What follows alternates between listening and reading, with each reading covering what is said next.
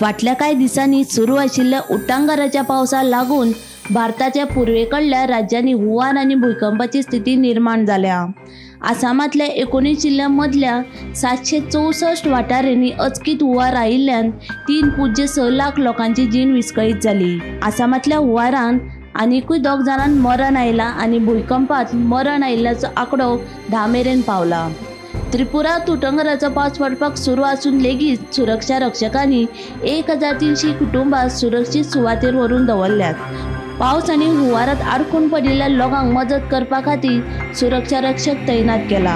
केंद्रीय गृहमंत्री अमित शाह हांणी आसाम, मणिपूर, सिक्कीम आणि अरुणाचल प्रदेशाच्या मुख्यमंत्र्यांकडे चर्चा करून परिस्थितीचो नियाळ घेतला।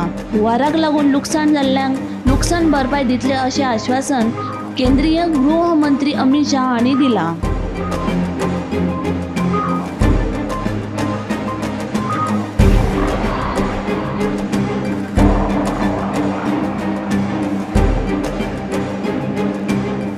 Bureau report, Gomantak TV.